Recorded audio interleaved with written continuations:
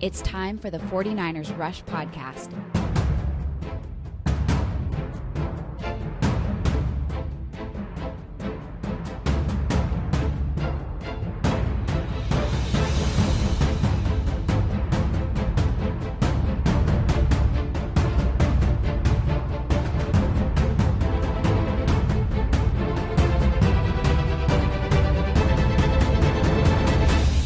And here's your host, John Chapman.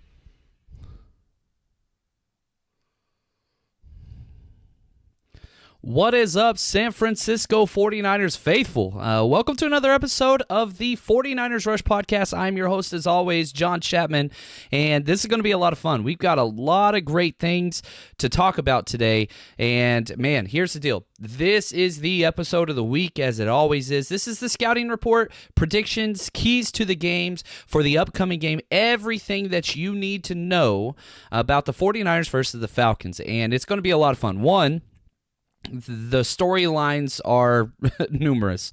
Kyle Shanahan's old team. You've got Mike McGlinchey, first cousin to Matt Ryan and the quarterback. You got Tevin Coleman, who's been a little bit rocky, to put it nicely. Returning, gets his revenge game versus his team that chose not to sign him. There's a lot of injuries on both sides. Lots of new players. There's just so much stuff going on here, and we're going to go through it all. Scouting reports, what they do well, what they do poorly. We've got a bunch. Some film analysis, scheme, tendencies, you name it. We got it. So before we kind of take the whole thing and start running with it, there are some things that we got to talk about with the Falcons. So let's summarize their season quickly. 4-9, definitely not a great season at all. Not mathematic. I think they're pretty close to mathematically eliminated from the playoffs already. But they have won 3 out of their last 5. Now, their wins on the whole season, they did win at the Saints, and it wasn't even a close game. They blew the Saints out at home. They beat the Panthers on the road. They got a win against the Eagles, and then they got another win against the Panthers. So this is a team that has played with some relatively good teams. The Saints obviously are in the playoffs. They've already clinched the division. They were able to beat them at home. And again, won 3 out of their last 5. So there's a lot riding on this, because here's what's happened. A few weeks ago, there was a lot of pressure being put on Arthur Blank, the owner and CEO of the Falcons, to get rid of Dan Quinn. And he stuck by him, and since then, everybody's playing for their coach, because if he can continue this trend of winning a lot of games down the stretch, he gets to keep his job, basically. So he's playing for his job, and he's a huge players coach. The players love him. It's hard to find very many people say bad things about him. So this is huge for the Falcons. Even though there's no playoff implications, all that kind of stuff, it doesn't matter. They're playing for their coach. And players in the NFL understand if the coach goes, new coaches come in, new coaches bring their own guys, especially if they change the scheme. So everybody has to buy in. Now, is this a trap game, Justin? Typically, I would say yes. But because of the storylines we already mentioned, one, the 49ers are playing at home for the first time in several different weeks. 2, it's the head coach's former team. There's a lot at play here. You've got a 1-game lead on everybody in the NFC, and you don't want to cough it up at this point. Add to that, so many injuries. And let's jump into that now, because the 49ers are missing 3 out of 5 secondary pieces. Sherman's out. K'Wan Williams is out with a concussion. Jaquiski Tartt's still out with his ribs. So you've got 3 out of 5 members of the secondary out. So you're going to have Marcel Harris, DJ Reed, Manuel Mosley. Those are going to be the starters that step in. And, with Mosley, zero concern. I consider him, the third outside corner. He's great. He's played wonderfully well. You could argue that he has played just as well as Richard Sherman and better than Ahkello Witherspoon, just because, but again, his ceiling isn't as high as those guys, but he's played very well, so not too worried about that. DJ Reed, he's played all over the place special teams-wise. He's just been waiting for his opportunity. Let's see how he plays. And then Marcel Harris, we all know. Great versus the run, terrible versus the pass. And, looking forward just a little bit, the Falcons throw it deep more than anybody. That's just what they do. They are a vertical stretch passing game and a power running game. And they're under center much more than the majority of teams in the NFL. So they want that power run game up the middle. They're not good at it, but that's what they want to do. And then they want to stretch it vertical with Julio Jones, who, again, Julio Jones and Austin Hooper, two of the better players in the NFL at their positions, both healthy for the first time in over a month. So that's a little bit, quote-unquote scary, but we'll have to see there. What about Jason Verrett? Yeah, we haven't heard much. They could have activated his practice window this week. He was eligible, but we didn't hear anything. They brought back Dante Johnson, much to my chagrin. Instead, the 49ers legend. But yeah, so Johnson's backing up outside corners. That is scary. That scares the hell out of me, as a matter of fact. So we'll see what happens.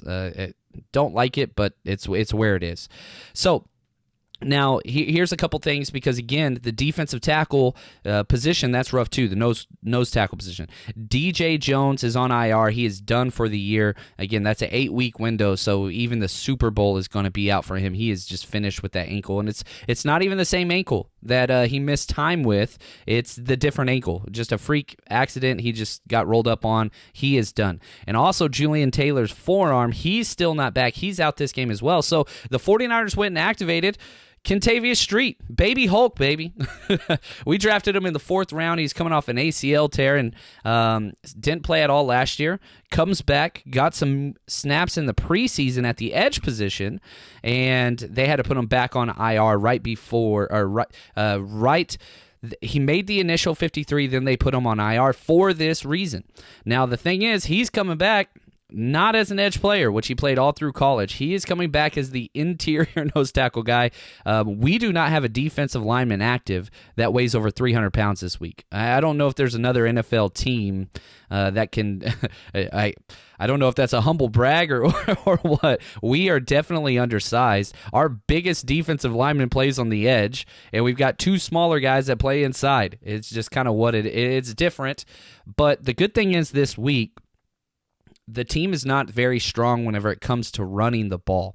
And very excited to see what Kentavious Street's going to do. So you're going to have Solomon Thomas, you're going to have Sheldon Day, and you're going to have Kentavious Street playing those inside spots. And you could also see some Eric Armstead coming down and playing a little bit more inside as well. Definitely would not be surprised with that. Now, if we look at the other side of the ball, the Falcons have just as much, if not more, injuries than us. They have 3 out of 5 secondary starters on IR already. Jonathan Cyprien, their strong safety. Keanu Neal, their free safety. J.J. Wilcox, their other safety. Desmond Trufant, their number 1 corner. Those guys are done on IR. Plus, they lost one of their most electric players on offense, Calvin Ridley, the former first-round pick out of Alabama. He is on IR as well. The good news for the Falcons is Julio Jones, as I said, Austin Hooper, their tight end, who is having a career year, and Devontae Freeman, all finally healthy. So they're getting some spots back on offense, but their defense it's worse shape than ours, for sure. Now, the thing is this, with what's going on in the Vegas lines and the money, they've kind of pulled back, and they're continuing to pull back a little bit. We opened up as minus 11.5. Now it's down to minus 11. Some site, Caesars, has it at negative 10.5. But if you want to jump in on that, head over to mybookie.ag. They make all of this stuff possible. Love what they do. It's the number 1 betting sports site in the world. Whether it's college sports, you want to bet on bowl games, you want to bet on basketball, baseball, blackjack, doesn't matter. They have it all. Head over to mybookie.ag. Use promo code 49ers, 49ERS. They're going to double your initial deposit all the way up to $1,000. You put in $1,000, they give you an additional $1,000 that you get a bet with and all those things. Very easy to get money in and out. There's several different options. If you just want a check cut to you or whatever, you can do that way. If you want to be paid through Bitcoin, if you're one of those people, you can get it much faster. But they have everything. And we're going to talk a little bit about, at the end of the episode, my bets of the week, but I got a couple things for you, but do want to say thank you to our sponsors, mybookie.ag. They are the best out there. Nick, here's a question. How many injuries can we sustain before it affects our ability to win games? I think we saw that in the Seattle Seahawks game. If George Kittle plays that game, I think we win it. We saw the difference George Kittle makes versus a top-ranked team late in the game. You got to get him the ball. So there are some key players that are out, but we should be getting almost all of them back by playoffs. Sherman could be back next week. K'Wan Williams, he's in concussion protocol. He should be back next week. Tart, next week was the first week he could be back. Julian Taylor should be back next week. Now, D. Ford, he's probably done for the regular season, possibly could be back week 17 versus Seattle. So we're getting a lot of those guys back. We just got to stop having injuries. Now, every team in the NFL has a ridiculous amount of injuries at this point. Probably Green Bay is the healthiest team out there in the NFL, but we've got to be able to sustain some of these guys. And here's what's special, and I said this last week, I believe. The 49ers have been one of the most injury-plagued teams in the NFL. There's no doubt about that for 2 to 3 years. So much so, John Lynch fired the entire strength and conditioning staff. They brought in all new people.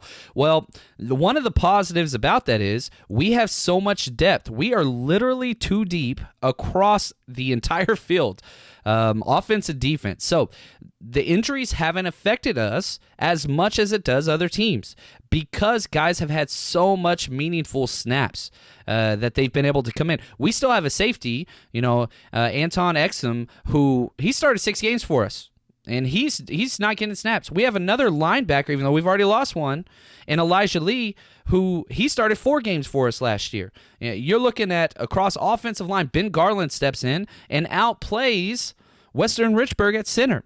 So just because we have had injuries, and that is problematic, yeah, you want your starters, you want your best 11, best 22 out there, I get you, but teams find ways to win. And teams find ways to lose.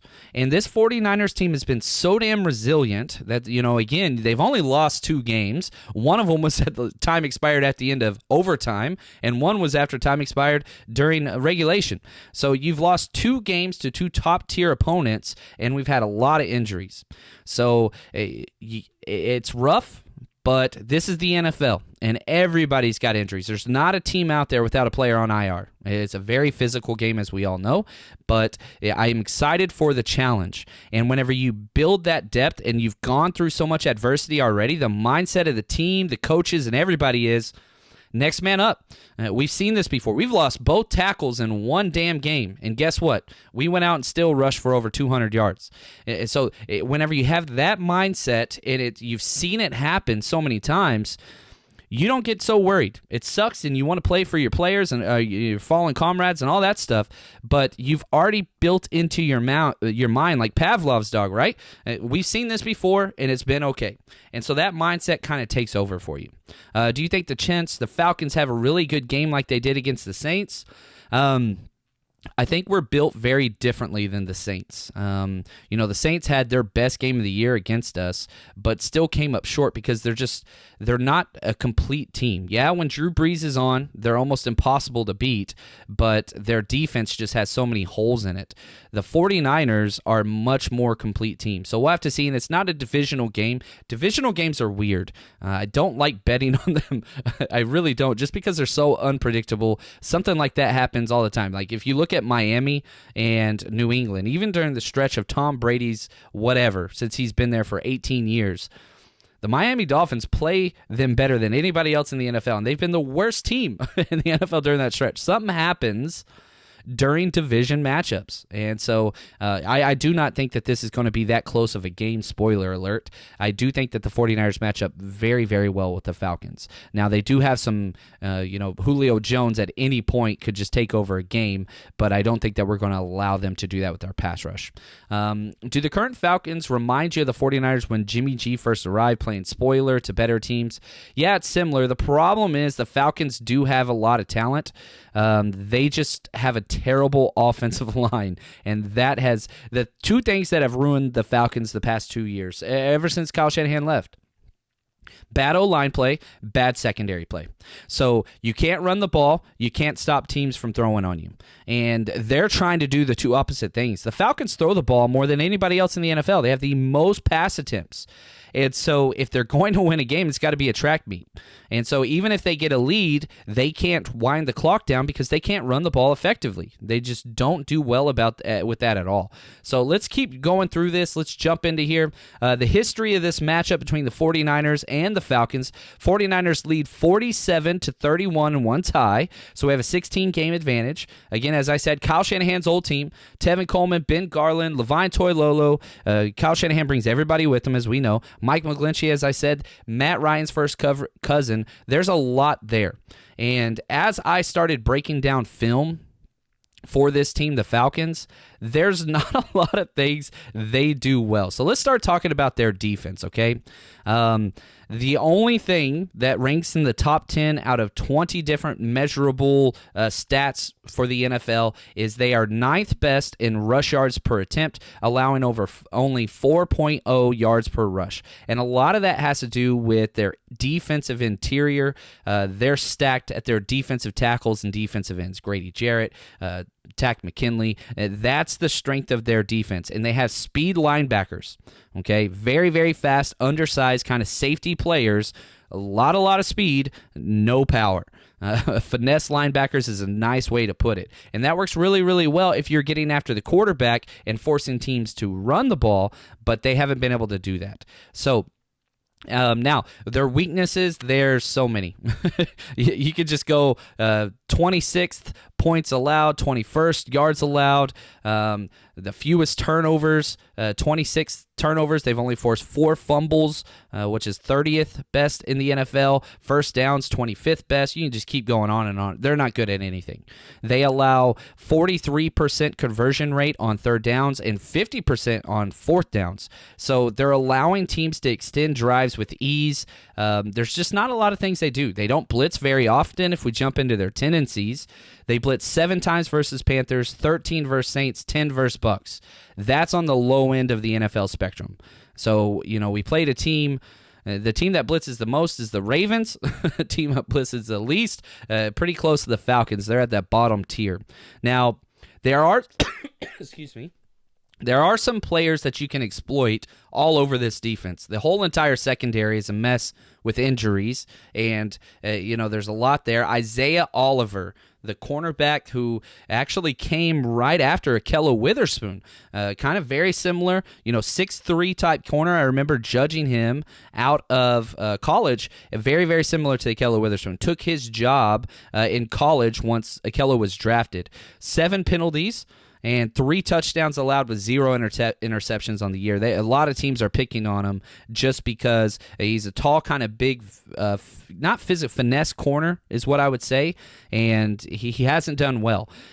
Now, the thing that's interesting, and I want to say this too, they like to play a lot of off-man coverage, okay? So what they'll do is they'll play off-man on first and second down, and anytime it's 3rd and 5 or less, they'll play press man on the outside with their corners. But they don't have physical corners. Desmond Trufant is a physical corner. He's on IR. They have soft corners on the outside, and whenever you watch your film, you'll see him come up and try to press the wide receiver, and you're just like, dude, that's not how you do it. Guess who they get to do that to this week? Deebo freaking Samuel, who's one of the most physical wide receivers at the offensive line, despite being a rookie.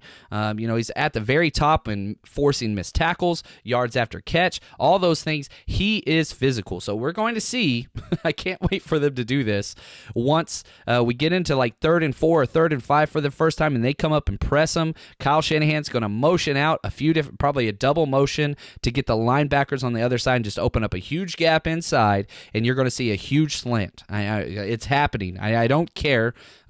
I wish there was a way I could bet, will Deebo Samuel score on a slant this week, because I think he sure as hell will. Really, really excited to see what they're going to be able to do there. Now, a couple other just kind of what they do. Like I said, off man, they run a 4-2-5. They don't do a lot of base packages with a 4-3. They're in nickel kind of setting the whole time, which is going to be interesting if the 49ers come out in 22 personnel with 2 tight ends and 2 backs with Kyle Juszczyk back there. You can just run straight up this team. You really, really can. They built these very fast linebackers, and they want to stretch everything out to the side. Well, guess what? You could just run right at them, because the 49ers offense and what Kyle Shanahan has been able to implement this year is his outside zone scheme, which he's great at, but there are some power plays in our running game with traps, misdirection right up the middle, leads, all that kind of stuff, fullback power. There's lots of stuff that they can do to counteract that. So very excited to see how many runs we get in between the tackles instead of outside the tackles this week. So I think that we're going to have some success on the run. And again, third down is going to be Jimmy Garoppolo just staying where he's been. He's done very, very well. Now let's jump over to offensive side. And here's the deal. They've done fairly well. Like I said, they've had the most pass attempts in the NFL, and they put up a lot of yards. 7th most yards, 14th most points. They air the ball out. Now, weaknesses, they turn the ball over a lot. They've had 21 turnovers on the year, 30th in rush attempts and rush yards. They don't run it. They just throw the ball a lot. So you mean to tell me you're going to keep the San Francisco 49ers pass rush out there for the majority of the game, teeing up against Matt Ryan? That's not the script to beat the 49ers, and it's not a quick passing game. Maybe they'll adopt some stuff. Dirk Cutter was with the Falcons before Kyle Shanahan. He goes and becomes the head coach for the Tampa Bay Buccaneers. Falcons bring in Kyle Shanahan. They get amazing. Kyle Shanahan leaves. Then Cutter gets fired and eventually replaces Sarkisian, who used to be with USC, whatever. But Dirk Cutter's entire thing, since he's been in the NFL, he believes the quarterback needs to hold on the ball so that you can stretch the defense vertically and try to hit those huge home runs. That works great unless you're playing against a good pass rush. Dirk Cutter's entire history versus a good pass rush does not work. And here's the place where the matchup's going to be won or lost, because the Falcons they have some decent run blockers. They really, really do. It's just they don't have a lot of good run blockers, and teams are not respecting Matt Ryan because they're just blitzing him so damn much. So this power running scheme with vertical passing game doesn't work if you can't get ahead in downs. You have to attack vertically on 3rd and 2, on 2nd and 4, things like that. But because they're only averaging 3.7 yards per rushing attempt, they're not getting ahead of the chains. So the times that they're trying to attack teams deep, they know it's coming. It's 3rd and 8. It's 2nd and 10. Those aren't the times where you're going to trick a team. And their play calling has not been ideal, to say the least. You watch, I was just 3 different games I went through, and I was like, all right, they're going to do play action, deep pass. Oh, there it is. And so very predictable. And also, I should say this, I forgot to throw this in earlier. Hot Mic is now in every single app store available. Android, whatever. You don't even need the link anymore. Whether you have an iPhone, whether you have an Android, we're about it. So if you would like to listen to my play-by-play commentary for the game this week, which I'm super excited about, it's going to be a lot of fun. All you have to do is go download the Hot Mic app, HOTMIC, one word, anywhere, whether you have an iPhone or an Android. Use the promo code RUSH ESF, one word, RUSH ESF, and you'll join us. It syncs to your TV. It's absolutely amazing. You pick the game that you want to listen to, so you'll just click San Francisco 49ers versus the Falcons, and then you'll see my name and some other names on there as well, and then you click that, and what you do is it syncs to your TV sound to make sure it matches up, and so I'm not ahead or behind you. Then you turn your TV down and you turn your phone up. And I connect mine to my Bluetooth speaker. My family listens to me whenever I'm broadcasting, so it's kind of like I'm there watching the game with them. But and so that's the audio. So it's a 49ers centric kind of broadcast. And so I'll be there with you guys the entire game through commercial breaks, halftime, all that stuff. That's the big reason why I stopped tweeting out during the games, is because I just loved doing those broadcasts. So please head over there, Hot Mic app, download that, Rush ESF, and join us. It's a lot of fun, and we have a really good time, and it's all 49ers, which that's what we want, right? We don't want to hear them talking about the Falcons and listening to people that don't know what the hell they're talking about with the 49ers because they don't cover them. That was the whole reason we started this whole app, and it's a lot of fun. We've gotten a lot of good feedback, and they're constantly updating that. It's got a chat feature so that we can talk the whole time during the game as well. So anyway, please do that. That supports the podcast big time. Now, deep passing, as I said, Matt Ryan, if you break up the field horizontally, okay, between the numbers, outside the numbers, there's 3 sections, and then you break it up, passes behind the line of scrimmage, passes up to 10 yards, passes 10 to 20 yards, and passes 20 yards deep. His 3 best quarterback ratings are all 20 yards deep. He's not a great intermediate passer. He never has been. He wants to air the ball out to Calvin Ridley, to Julio Jones, and just gun it. Well, guess what? In order to do that, you got to hold on to the ball. You got to hold on to the ball. Now, whenever he's under pressure, which happens a lot because this offensive line's not great, 52% completion percentage when under pressure, 8 interceptions, 39 sacks. That's a lot of sacks. I expect a lot of sacks on Sunday. This defensive line, you go back and if you watch the breakdown that I put together on the Patreon page, their entire game plan, the Saints, were get the ball out in 2 seconds. And they kind of did that the entire time, or they max protected. And I just don't think that this offense has that. We'll see if they make some adjustments and try to kind of copy-paste what the Saints did to this defense. But I keep going back through all the games. They never do that. It's a slow developing pass play all the time. And, I found this stat going through all the PFF, whatever. And here's the deal. Matt Ryan, when he has been sacked, which has been 30 times so far this year, he has the second fastest average time to being sacked. So what Pro Football Focus does is they look at all 39 sacks and they measure from snap to sack, how long did it take? And the time was 3.09 seconds. So the second worst in the NFL. Goff's is the only one that's worse. Jared Goff, who we play next week. But the idea is this. If Matt Ryan holds onto the ball to try to stretch the ball vertical, Nick Bosa is going to be in his face. Yeah, it'd be great if we did have D Ford. Yeah, it'd be great if we had DJ Jones. Yeah, it'd be great if we had all those guys. But I'm telling you right now, pressure is going to be in Matt Ryan's face the entire damn time. But they still got a lot of talent. There's no doubt about that. Jake Matthews is a great run-blocking left tackle.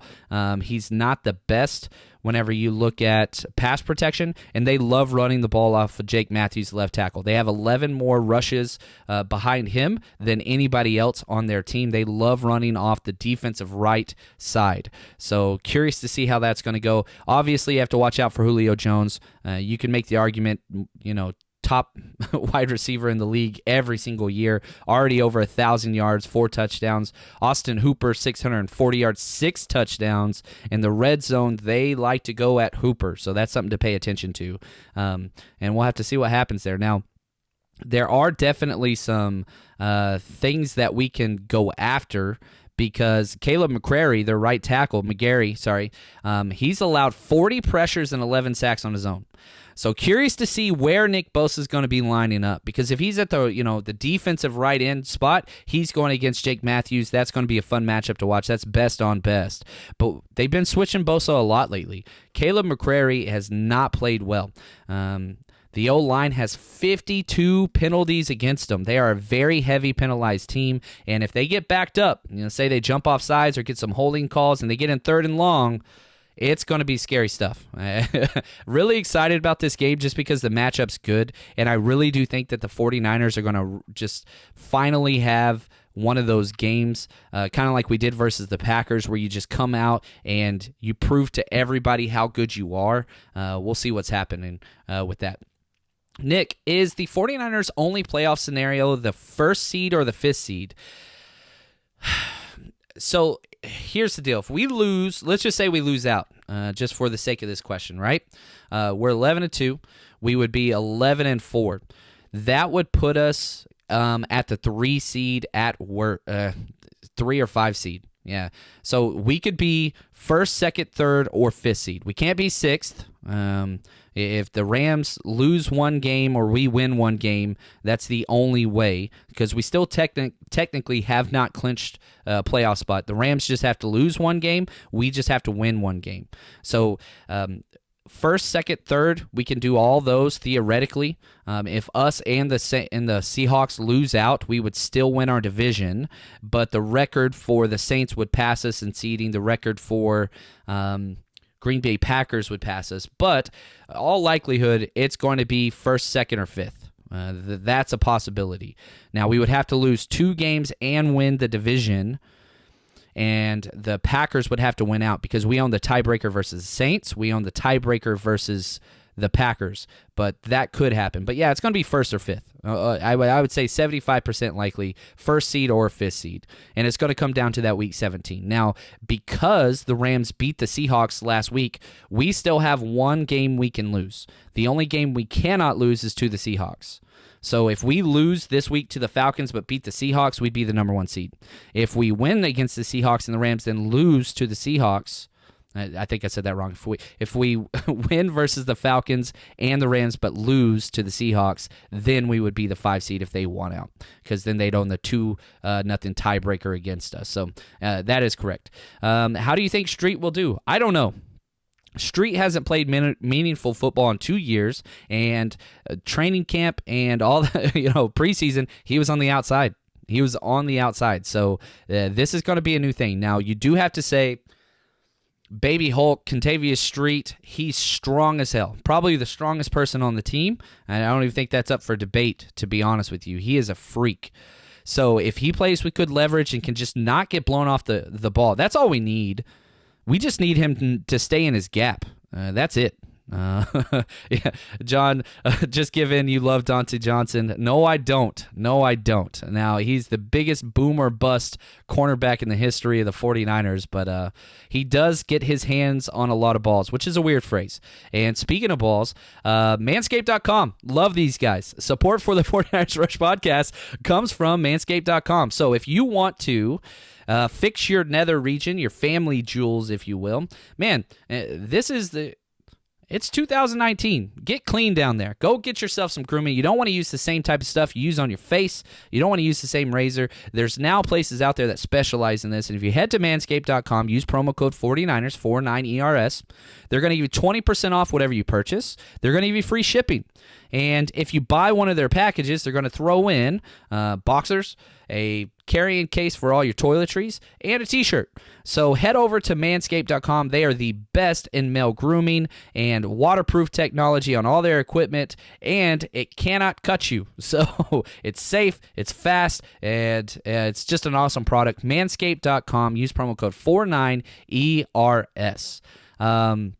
Do you think Lynch put in a claim for Terrell Suggs? I hope he does. I really, really do. I want Suggs. I would love to have him, even if it's just for the next few weeks.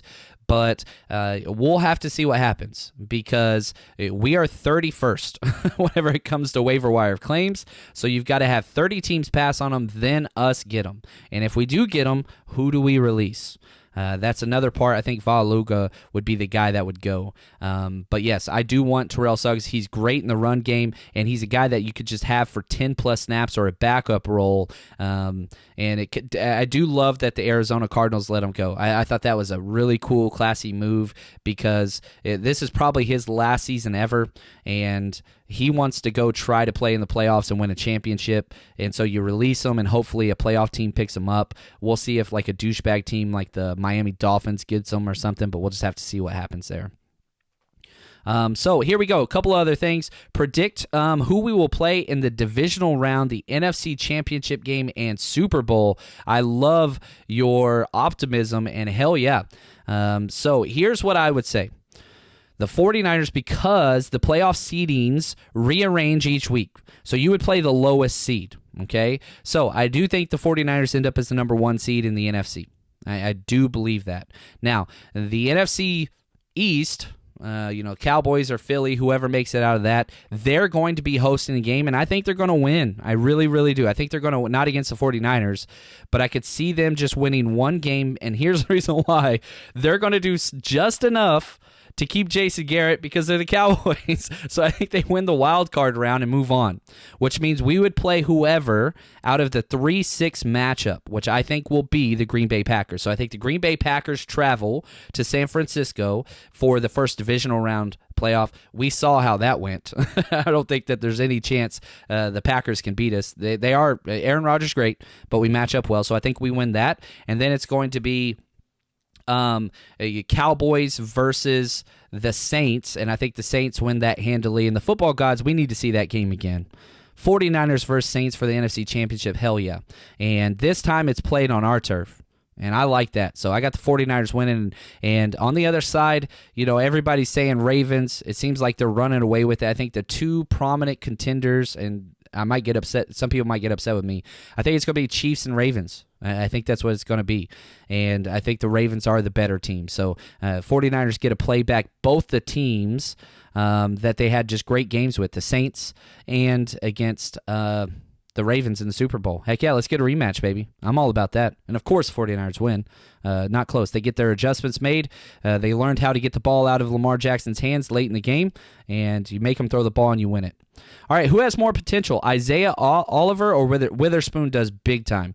The jump that Witherspoon has made the last 2 years is huge. That's what Isaiah Oliver is hoping for. And part of it is Oliver's all by himself in that secondary right now. There's nobody else. But yeah, Isaiah Oliver, he has all the potential in the world, but Witherspoon has made that jump. And the only problem Witherspoon ever had was being physical.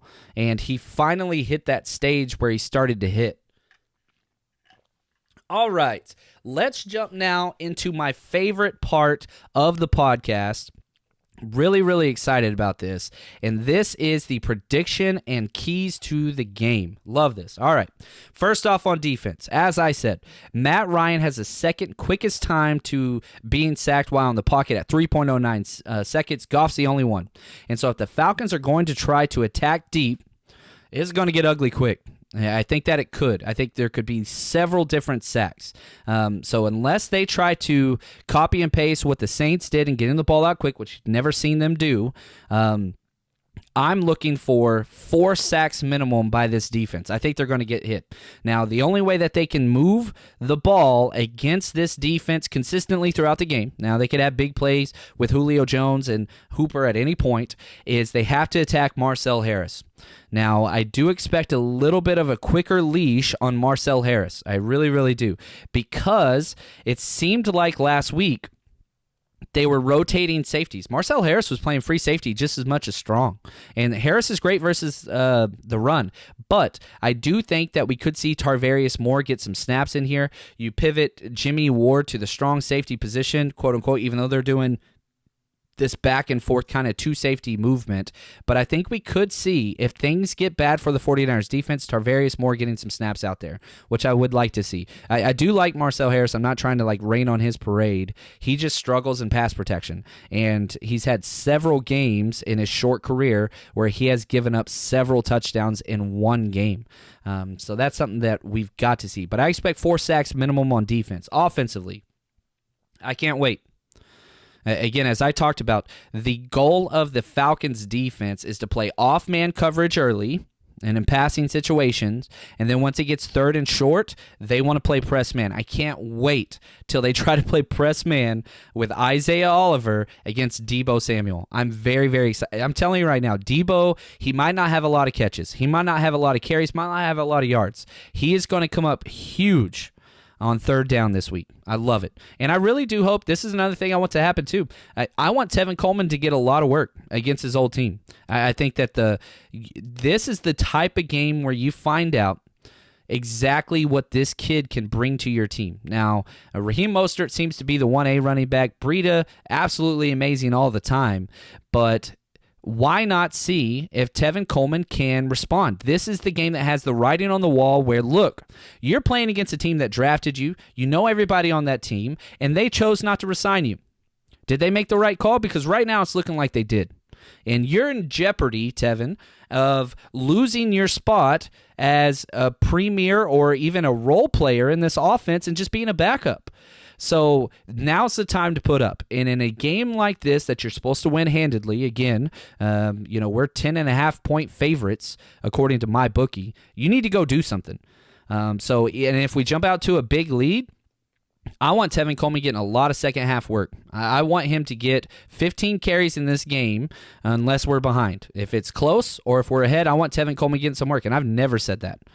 You guys know me. I'm not the biggest Tevin Coleman fan. And I think Jimmy Garoppolo can stay red hot. Last 6 games, he has 16 touchdown passes and 4 interceptions. That's the last 6 games against some quality opponents. I think the 49ers win. I think they win big. I think 49ers win 34-20. I think that they could get some junk time scores, and we definitely have some holes in our secondary, so I think they're going to be able to move the ball a little bit with Julio Jones. But I do love the 49ers matchup versus the Falcons. Now, before I jump off here, got to get into my bets of the week. We have been on fire lately, baby. So I've got a safe bet for you, and I've got a parlay for you guys as well. And as always, please hit the like button, the share, the retweet, wherever it is you're listening. We are everywhere podcasts are available. But if you want to watch it live and see my ugly face, that's always going to be on YouTube, Twitch, Periscope, and Twitter. You'll have that option. But my safe bet of the week is this. If you just bet the spread, that's 11 points on mybookie.com. But here's what you can do. Click the game, and then right next to it says props. Not props builder, but click props. And then if you scroll down, there is a spot where you can bet the 49ers to win by 6 or more points. So instead of getting the 11-point drop, you're getting paid out a little bit different. So the 6 or more, I picked the 49ers to win by 6 or more, and I bet 10 to win 14. So the payoff's not as big as covering the spread, but that gives you an extra 5 points, which I really, really like. So again, 49ers to win by 6 or more is what I'm putting my money on this week. And here's my parlay. I'm excited about it. It's a 3-team parlay. I'm taking the Texans, who are -3 at home versus the Texans. Sorry, I'm picking the Titans. I apologize. Dyslexia strikes again. Titans, -3 at home versus the Texans, and I'm buying half a point just so I can cover a field goal. I think the Titans are playing as well as anybody in the NFL, and I think they could surprise some people. So Titans -3 at home. I'm taking that, bought a half point to move it to 2.5, which you can do on my bookie. Then I'm taking the 49ers money line, which means they're going to win straight up, and the Patriots money line. So I took the 2 biggest spreads this week and then combined that with a pretty close game and bought half a point. So the Titans have to win by 2.5. So that's what I've got. If they win by a field goal, we get paid, because I think the 49ers and Patriots cover, or at least win outright. That's what the money line means. So bet 10 to win $24.50. That's what the parlay is, and you can change that depending on how risky you want to be, whatever, or how much you want to put out there. So again, 49ers to win by 6 or more, and then the parlay, Titans -3, I bought half a point. 49ers money line, Patriots money line. It's going to be a lot of fun. Really, really excited. We've got a lot more stuff coming for you. And as always, guys, we will be active with a reaction show right after Kyle Shanahan's press conference ends. We're going to be on hot mic all throughout the game, covering play-by-play, analysis, color commentary, all that stuff. So head over there. Really excited. And, man, it's going to be a great weekend because we got more football. And we're 11-2. Really, really excited. And as always, stay strong, faithful.